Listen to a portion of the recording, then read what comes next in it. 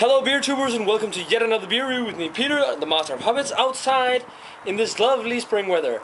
Spring has been here in Denmark for quite some time now, but it's been a while since the weather has been like this. This is kind of like the weather in London, just this is a little bit colder, and it's awesome to be able to sit outside again and do reviews. But the beer for today is not really that fitting, but I just felt like reviewing it.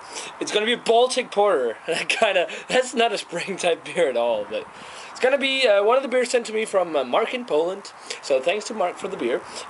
This is the Cornelius Baltic Porter.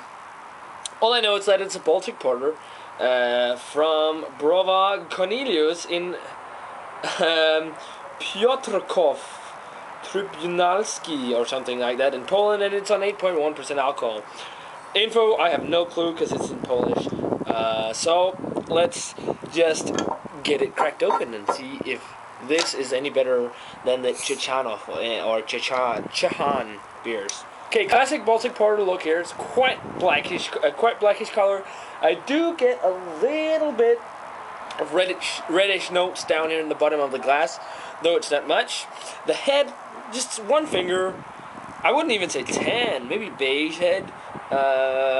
It kind of looks like a traditional Baltic Porter, just with a slightly lighter head color. But the aroma, yeah, it's quite roasted actually. Some cereal grains in there too. Yeah, there is like a cereal grain kind of aroma, and it's also bottle conditioned. That's nice. Cereal grainy, maybe a slight sweetness in there, a slight hint of smoke. Mostly just roasted malt. It's actually a quite mild aroma for a Baltic Porter, but actually milder than the Chechan. But let's give it a taste.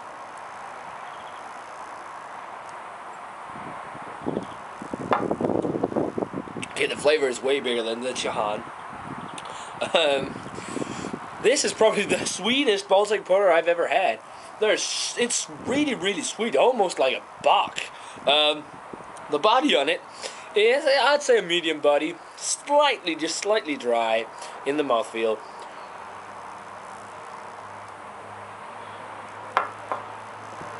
First flavor impression is the roasted malt, and then it turns into this brown, sugary, extremely sweet flavor with notes of plum and raisin and all.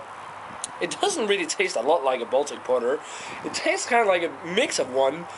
Mix of Old Ale and a Baltic Porter. That's kind of what it tastes like. And maybe an Icebox, for example. Because it's got like that dark, fruity, almost bready, a dry, dark, fruity taste like Icebox do. It really reminds me of an Icebox that's been roasted, to be honest. But that might be because of the 8.1% alcohol and the fact that Baltic Porters are actually a style of lager. Because it's the lager yeast used. So maybe that's why I get that really, really sweet taste. Because it does remind me a lot of maybe a double Bock or an Icebox. Not in a bad way, really. But one thing I don't like too much about it is that you can actually, especially in the initial sip, taste just a subtle hint of a boozy alcohol taste. Though it's not that bad, to be honest, but it's still fairly nice. But yeah, rating wise for the Cornelius Baltic Porter, I'm gonna have to give this a 65. I mean, it's just a pretty high above average beer, but I wouldn't call it good because it's so sweet, and the sweetness kind of overpowers the roast in here. Yeah, it kind of does, with that dark fruity, very dried dark fruit, brown sugar notes. But still, I mean, I could easily drink this. I would, if I wanted to get drunk, I'd rather drink this on 8.1% than some run-of-the-mill high ABV lager. Because I know in Poland this is probably about the same price, because beer in Poland is really cheap, or at least it was when I went there. But yeah, guys, that's it for this beer review. Remember to let me know what you think of the Cornelius Porter. If you've had it, maybe you loved it. But yeah, guys, that's it for this beer review. Remember to comment, subscribe, all that stuff. And I'm gonna say cheers, and I'll see you in another beer review.